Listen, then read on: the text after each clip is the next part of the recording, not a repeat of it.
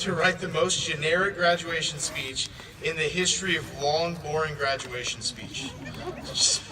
So I went back to the drawing board, and this is what I came up with. Let's dive right into it. We've all been right here on this field before, at one time or another.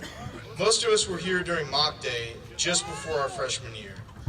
I'm sure that all of you who were here remember the giant 19 we spelled out on the field.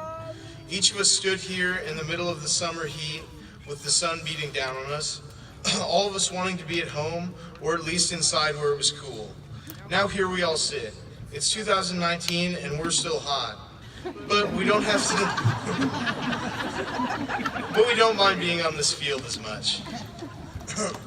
As we reflect over our school careers, I'm sure we can all think of classes and teachers that have helped us shape who we are today. I'm going to talk about 3 classes that impacted me. The first class I would like to talk about is, in my opinion, the most interesting class of all, government. I really enjoyed the class. Mr. Brother's stories were always great.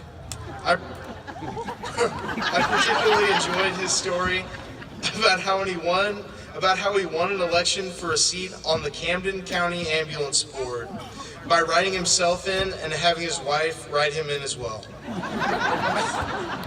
No one else even ran, so 2 write-in votes won an election. That class taught me the importance of civic responsibility and to never take my right to vote for granted. Another class we all had to take was the dreaded personal finance. I remember my class being tucked away in the catacombs of the school with no windows. We did have one ray of sunshine, however, our teacher, Miss Michael, who always tried to help us. My class included Chance Bates, Luke Evelyn, Sarah Lawson, and many others. Not one of us knew how to properly get those assignments onto our Google Drives. This class taught me how to keep a level head in the face of any malfunction, and there were many.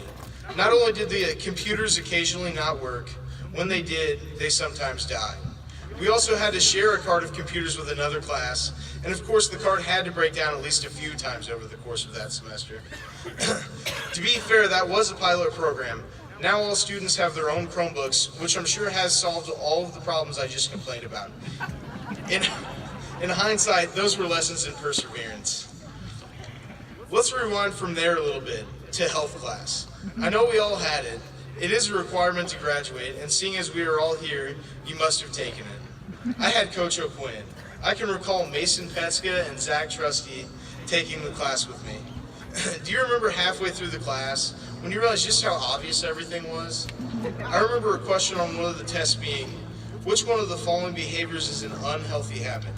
A, brushing your teeth, B, buckling your seatbelt, C, smoking, D, none of the above. What was the answer, guys? I can't remember. Anyway, one of the most important things I actually learned during health class was Maslow's hierarchy of needs. It is the theory that people have certain needs that must be met, often in a certain order. It includes obvious needs such as food, water, shelter, safety, and fulfilling relationships. But above all those on the hierarchy was one I think less of us are familiar with: self-actualization.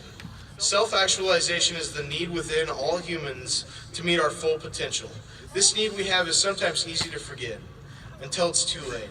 Unlike the need for food that we are reminded of by hunger pains, if we don't have it, with self-actualization, the thing that hits us is regret.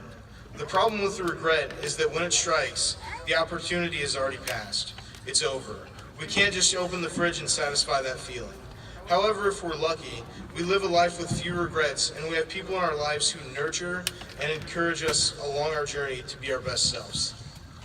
I'm personally thankful for all the people who have encouraged me and pushed me to be my best. My parents, my family, my teachers, and my coaches. For me, sometimes those are the same people.